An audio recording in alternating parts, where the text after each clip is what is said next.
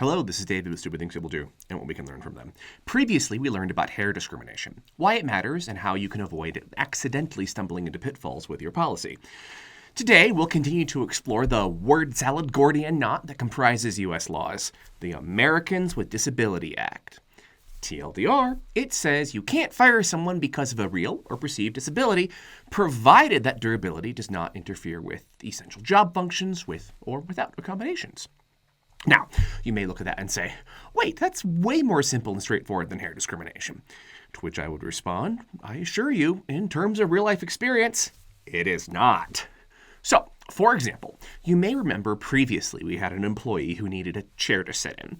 The hotel he was working at decided that, no, in fact, standing up is part of being a front desk worker, missing the fact that desk goes together with chair almost inexorably, and that unless you're at some kind of double dragon martial arts tournament, you don't typically use your feet to greet people.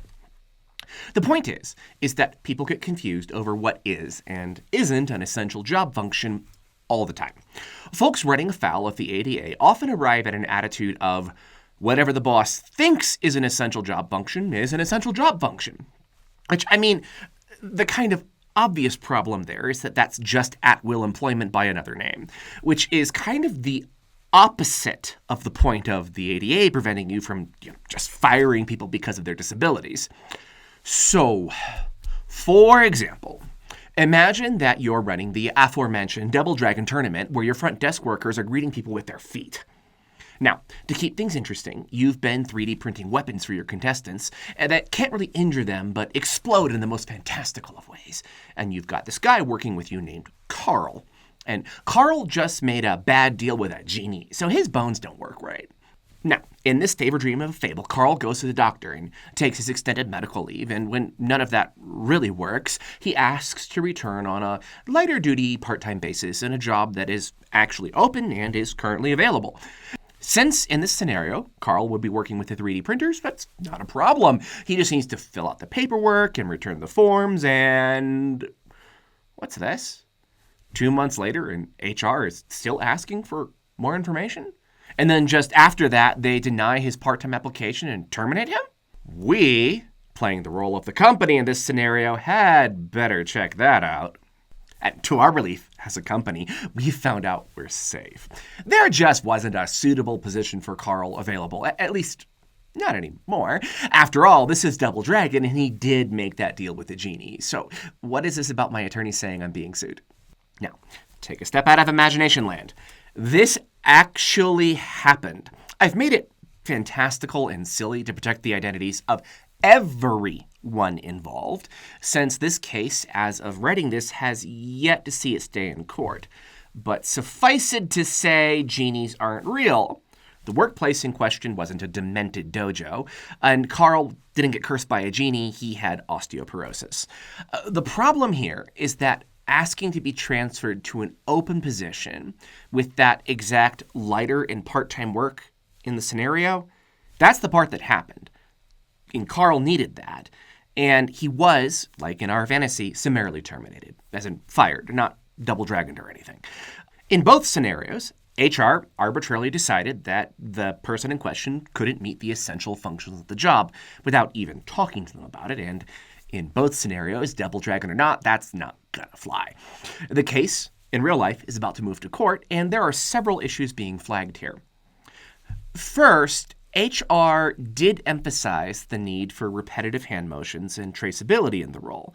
But since they never spoke to Carl, they never really unpacked whether or not those were necessary or whether he would have trouble doing them. And HR also didn't clearly define these job requirements, which means instead of a clear-cut, you need legs to climb stairs kind of argument, we get a factual dispute.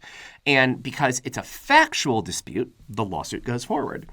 And while the company did invoke a safety risk, there wasn't any evidence of that safety risk. And again, returning to the abject lack of conversation with Carl, the ADA requires an interactive discussion about possible accommodations, and that discussion could have corroborated these alleged risks. Now, the company did assert that there was no suitable roles open for Carl, but the issue here is that the company was either lying Or it's a case of the left hand doesn't know what the right hand is doing, because there are plenty of job postings and Carl had actively applied for one that he thought was suitable. Unfortunately, instead of consulting with recruiting and hiring managers, HR conferred with in-house counsel only. And apparently, in-house counsel's advice was just wait for the positions to be filled and then fire him. Now, if your reaction to hearing about HR conferring with in-house counsel about how to fire this guy instead of what recruiting options were available to accommodate him, if that makes you think there was some willful pretext, you're not alone. Whether there was truly willful pretext or whether this is just myopia, I don't know. But the takeaway is this. The requirement for a job is not arbitrarily decided by the people posting that job. I can't randomly decide the requirements to work at a lemonade stand in Myrtle Beach involve fluent Swahili. Just so, Double Dragon Incorporated can't arbitrarily decide the requirement for a position involves repetitive motion if, in fact, that position involves standing still. The process for an ADA accommodation involves an interactive discussion with the employee and the employer about the essential functions of the job and those possible accommodations.